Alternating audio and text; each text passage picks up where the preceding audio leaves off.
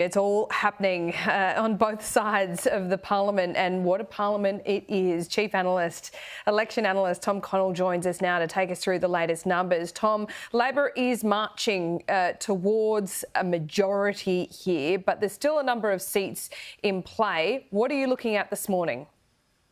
Yeah, look, I think they're going to get to 76, but that's not definitive just yet. Let's take one off the board, first of all, for Labor. So the seat of Sturt was very close on the night. These are postal votes that have come in. So we've got a distribution of postal votes. There's a swing towards Labor of the postal votes, but look how they're flowing overall. 58.49 on a two-party referred towards James Stephens. The issue for Labor on that front, when you go to the seat itself, is the Liberal Party was actually just ahead during the ordinary count. So this postal count essentially takes James Stephens further ahead. Yes, it's only 50.41, but we're projecting him to go further ahead overall and be about 1% ahead once the total count's gone. So we're projecting in the postal votes and absent votes. And at this stage, while the computer's saying too close to call, we're saying the Liberal Party wins that seat of Sturt. So that's a win for the Liberal Party. All that does for Labor, it's not a blow for them. It takes one seat off the potential seats they can win. So remembering this equation, Labor starts on 69. Let's give them those 9 gains over there, getting up to 78, but they're losing Griffith and Fowler as well. We finally got those postals in yesterday for Fowler. They were not helping Christina Keneally, so she loses that seat for Labor. So they get back to 76 as a result. So it's tight at that point.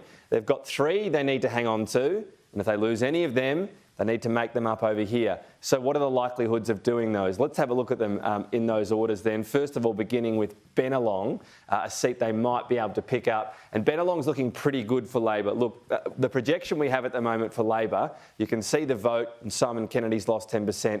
Labor and the Greens picking it up. So with Labor and the Greens, they go ahead of Simon Kennedy. It's whether they can hold that lead once we factor in the rest of the preferences. At the moment, Labor ahead by 51.08.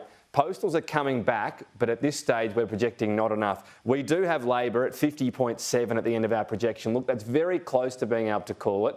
We want to see a few more postal flows and some absentee votes, which do come back towards Labor. So that's very close to being able to call, but not just yet. The next seat I want to look at is the Northern Territory. So Lingiari here, this is one Labor needs to hold on to. Again, if we just look at the two-party preferred, you've got Labor ahead by 1.23%. Now, so far, we've got some postals in, and they do suggest Labor will stay ahead. But we've got absent and declaration pre-poll, which previously have advantaged the Country Liberal Party. I just want to see some flows there before we're going to call that seat. Again, you'd have Labor ahead in that seat, though, so that's more good news for their race to 76, if you like. Another seat they need to hold on to, McNamara here, down in Melbourne. So this is where they're trying to fend off a bit of a push from the Greens, and it is a close situation. At the moment, you have Josh Burns with a pretty significant lead. Why are we not calling that yet? Well, again, it's just we want to see some absent votes in. We want to see one more lot of postal ballots to make sure he can stay far enough ahead of the Greens. This is a 3-way contest. Josh Burns, as long as he finishes first or second, he's highly, highly likely to win the seat. And you can see that's quite likely to happen. His biggest threat comes from being leapfrogged by the Greens and the Liberal Party. How does that happen? The Liberal Party going very well on preferences, so their vote's going to come up. I don't think enough to get Josh Burns. So those seats, all those 3 seats today, if we get a bit more information, I'd be confident on calling them today. There are others that are much, much tighter though, so let's go to them. First of all, Deakin. This is one Labor's trying to win off Michael Sukkar.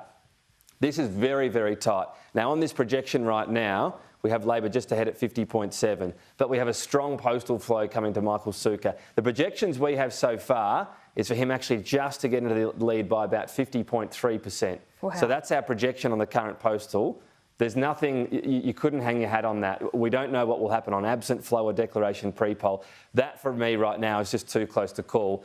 But we'd have the Liberal Party ahead. You'd rather be them, but only just. And that's what I'm hearing from parties. It's also our projections on that as well.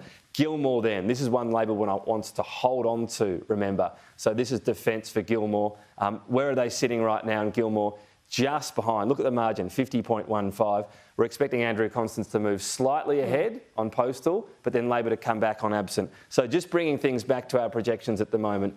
We start Labor on 76 before we get to these seats. If you push me to give a guess, I think Labor probably picks up Bennelong. I think Labor might lose Gilmore, and then it's still level, just getting to 76. I think they probably hang on to Lingiari and McNamara, and at that point it's either 76 or they also gain Brisbane at 77. So I think they're at 76, 77. I just want to see a bit more information before I'm calling that. Tom, love it. Move over Anthony Green. There's a new wizard in town. Tom Connell will check in with you soon. Those seats are fascinating.